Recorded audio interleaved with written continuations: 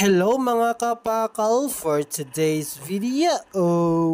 So ayun na nga mga kapakal ang ganap ngayon mga kapakal is birthday ng pamangkin ni Mrs. Ayan siya yung babae, kung nakita niyo siya kanina, yung babae yan. Yan siya mga kapakal, yan yung birthday girl natin. So napagpasyahan namin ni Mrs. na dalhin siya dito sa isang kainan mga kapakal na hindi rin kami dito nakapasok pa. So first time din namin lahat makapasok dito mga kapakal. So tinry namin dito mga kapakal. So ang sabi pala niya is hindi pa siya nakaka-try or hindi pa siya nakakain sa ganitong resto, kaya medyo emotional siya that time.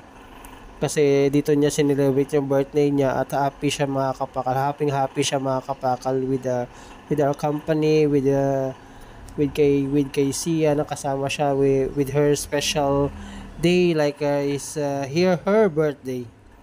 So yun na nga mga kapakal, umorder kami ng napaka-solid na pizza mga kapakal.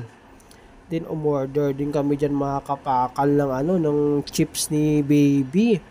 Tapos may mga drinks din kami dyan mga kapakal na napaka-solid niyan mga kapakal. Then ang order natin, may umorder din tayo dyan mga kapakal ng drinks, meron din tayo in-order dyan na pasta. So makikita nyo mamaya yung pasta mga kapakal. So kain muna tayo mga kapakal kung ano yung nilapag nila dito mga kapakal.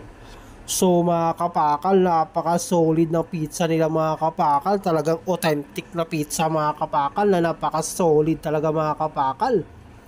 Na yung dito mo lang talaga mga kapakal, yung talagang yung literal na pizza mga kapakal na napaka-solid, na napaka-juicy, na napakalambot mga kapakal ng dough, and napaka-quality ng toppings mga kapakal na napaka-solid yan mga kapakal.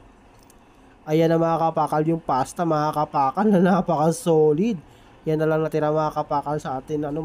May pa-complimentary din sila dito mga kapakal na habang nagwi-waiting kayo ng order nyo is meron silang binibigay dito mga kapakal na tinapay na napaka-solid. Sasawsaw mo sa mga kapakal sa olive oil na may di mo alam kung ano pa yung nakalagay dun mga kapakal na napaka-solid. Tapos mga kapakal, di natin tinatanan to mga kapakal yung pizza na napaka-solid mga kapakal. Then after mga kapakal, titikman na natin mga kapakal yung kanilang carbonara na napaka-solid, na napaka-authentic, na napaka-solid, na yung literal mga kapakal na hindi tinipid yung lasa mga kapakal. Tingnan nyo lang mga kapakal kung gaano kadami, kung gaano ka-solid na solid yan mga kapakal. Yan, kuha tayo mga kapakal ng sample, pero busog na tayo dyan mga kapakal, pero banat pa tayo mga kapakal. Napaka-solid, napaka-creamy, napaka-juicy. Hindi tinipid sa mga ingredients mga kapakal, napaka-solid na yan. Mga kapakal, kakanta na sila, napaka-solid na yan.